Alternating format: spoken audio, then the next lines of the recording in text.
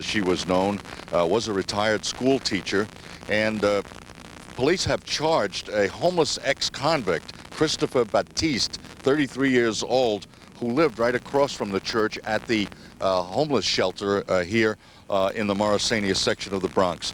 Batiste has been charged with second-degree murder and robbery.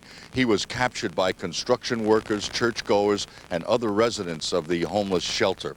So once again, Mamie Johnson, 80 years old, beaten to death. She died at Lincoln Hospital shortly after the attack.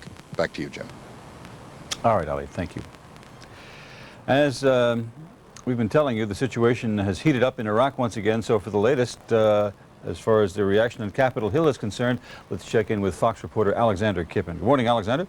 Well, Jim, how are you? Reaction is just beginning to come in this morning to this latest strike against Iraq. Earlier here in Washington on the Fox Morning News, House Foreign Affairs Committee Chairman, I should say, Lee Hamilton, repeated his support for the Bush administration's attack against Iraq. Now, that really should be no surprise to any of us because Democrats and Republicans have been in the administration's corner on this one over the past week. And although he said this morning that he didn't want to talk about it at the time, Bill Clinton, while jogging not too far from here, has generally been very supportive of the administration's policies towards Iraq. He has said before many times that he fully expects Saddam Hussein to comply with those United Nations Security Council resolutions, and there's no reason to expect that to change. Jim? All right, Alexander, thank you very much. Fox News reporter Alexander Kippen reporting live from Capitol Hill.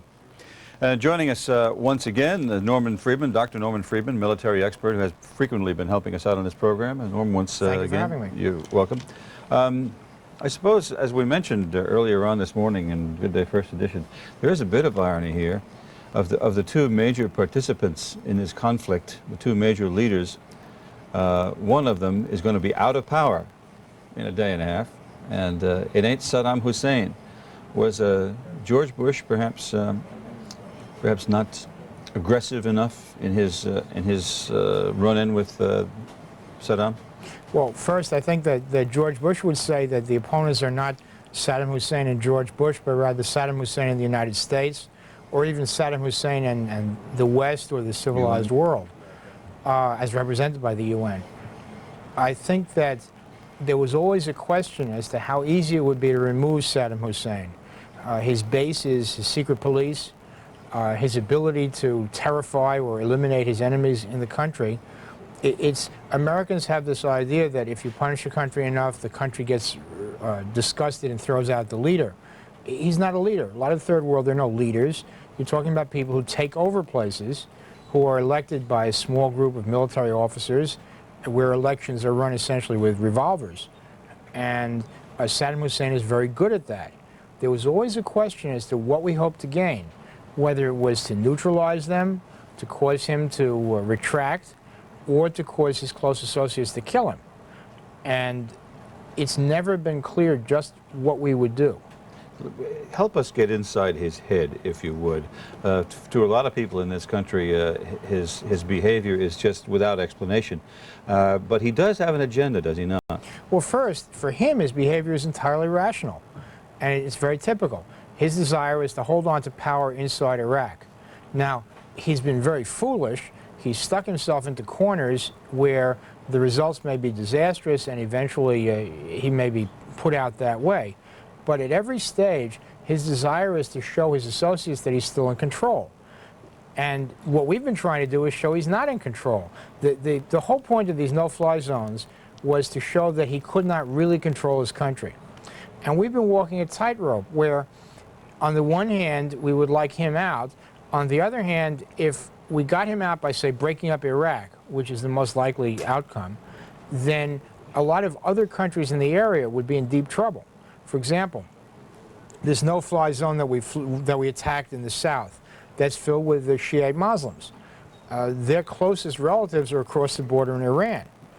If they broke loose, then probably they would go with the Iranians. That would mean that Iran would expand enormously. That would probably mean that Shiites in Saudi Arabia would revolt. That would mean that, in effect, Iran would have won the Iran-Iraq war. We don't want that either. That's why it's so difficult. Yeah. If we try to get him out by killing him personally. That's almost impossible. He's very good at his own security. That's why he's still alive. There are an enormous number of people in Iraq who would personally like him dead, even more than in the United States. So his skill has been at making sure that he has a certain amount of room, showing that he'll stand up against us in the hope that eventually everyone else in the Arab world will stay with him. There are very deep problems there where a lot of Muslims feel that the Christian West traditionally has given them a very hard time, beaten them down, and he keeps appealing to that. By the way, the massacres in Bosnia contribute to that because a lot of Muslims feel that here the Europeans watch cheerfully while Christians kill Muslims. So you have to remind us of that, of course, that it is Muslims being killed. Oh, yes. In Bosnia, yeah. Now, what effect does it have now? In a day and a half, 2 days from now at noon, Bill Clinton will take over the reins of government. Now, he has said consistently that he backs the Bush administration's actions with regard to Iraq to the hilt. But at the same time, meeting with the editors of the New York Times the other day, he sort of leaves the door open, sort of widely, to a rapprochement with Saddam Hussein by saying, well, we could really get along if he changes his ways. Is that sending mixed messages to Saddam? He keeps flipping back and forth because it's such a difficult position. If we say that we'll never rest while Saddam remains in power or while he has nuclear potential or something like that,